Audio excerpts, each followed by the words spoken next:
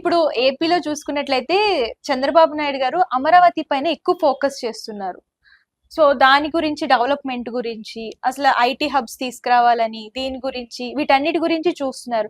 And ఈ అమరావతి మీదే ఎక్కువ ఫోకస్ చేయడానికి గల కారణం ఏంటి? దానికి ఏమన్నా ఇప్పుడు చంద్రబాబు నాయుడు గారికి యూజ్ 2014 నుంచి 2019 దాకా ఏపీ సీఎం ఎవరమ్మా? చంద్రబాబు నాయుడు అప్పుడు దేని మీద దృష్టి పెట్టాడు? అమరావతి అమరావతి. 5 ఏళ్ళు ఏం పీకాడు?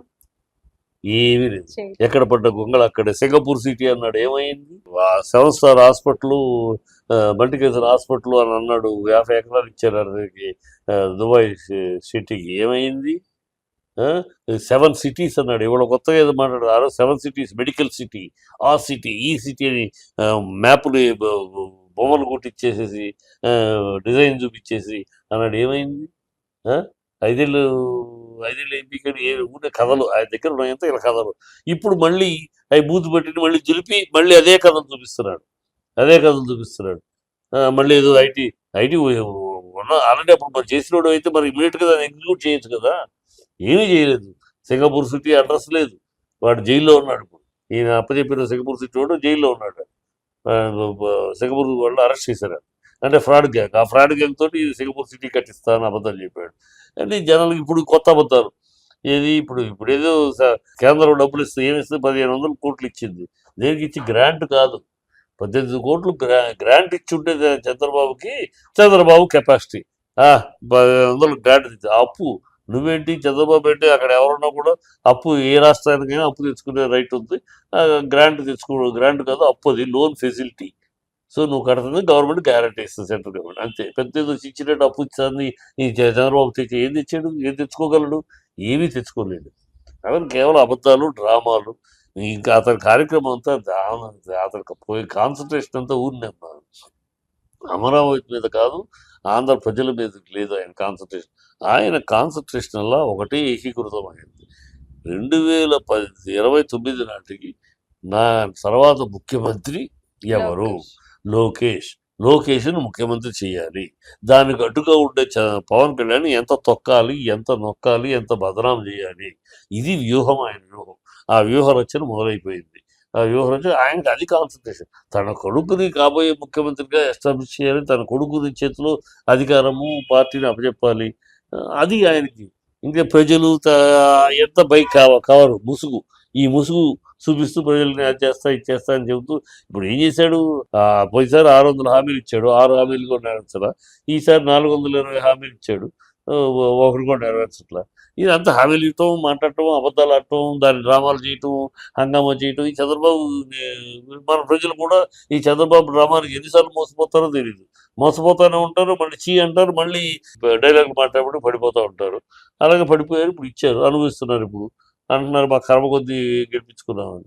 సో ఈయన డ్రామా చేస్తూ ఉంటాడు. డ్రామాలు చేయటం, చివరికి వచ్చేటప్పటికి ఎవరి మీద వేసి పవన్ కళ్యాణ్ బదనామా చేస్తాడు. రేపు రాబోయే కాలంలో పవన్ కళ్యాణ్ వల్ల ప్రభుత్వం సరిగ్గా నడపలేకపోతున్నాం, ఆయన అడ్డంగా మనకు అన్నిటికీ అడ్డుపడుతున్నాడు, ఆయన దోషి చేసి ఈయన ఎస్కేప్ అవుతాడు.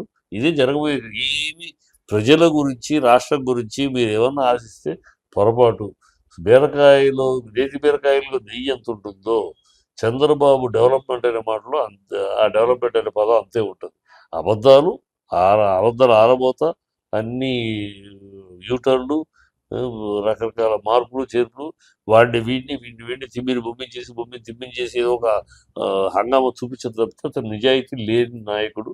మన కర్మది భరించాల్సిందే. సార్, ఇప్పుడు రీసెంట్ గా మన ఏపీ సీఎం అలాగే తెలంగాణ సీఎం దావోస్కి వెళ్ళారు పెట్టుబడులు తెచ్చుకోవడానికి.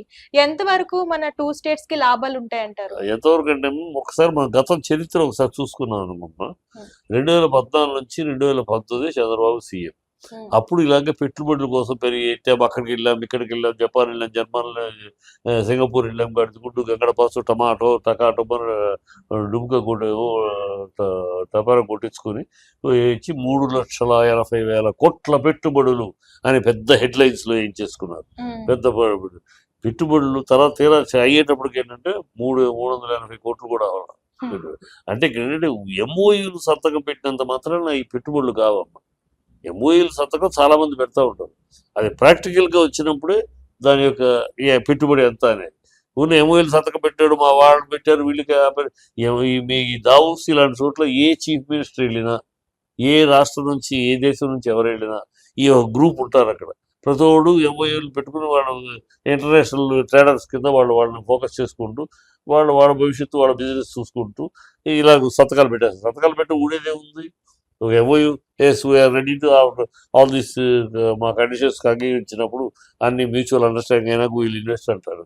అవి కుదరదు. నాకు అది కావాలి ఇది కావాలి, మా ఫ్యాక్టరీ కట్టే చోటుకి ఎయిర్పోర్ట్ రన్వే కావాలంటాడు.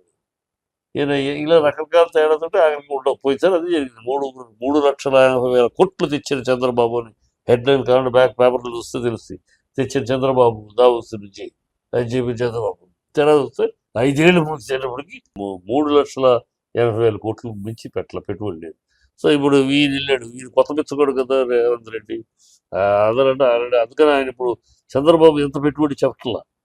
ఇక చెప్పారనుకో, మొన్న చెప్పావు కదా, పోయినసారి చెప్పావు కదా 3,80,000 కోట్లు అని, ఇప్పుడు ఎక్కడైనా ఇప్పుడు ఏం కొత్తగా చెప్తా అడుగుతారని ఎంత అని చెప్పట్లా. ప్రయత్నాలు సుముఖంగా ఉన్నాయి, మీటింగ్లు సహృద్భావంగా జరిగినాయి, మంచి ఆత్మీయ బంధంగా జరిగినాయి, ఈ డైలాగ్ చెప్తారు.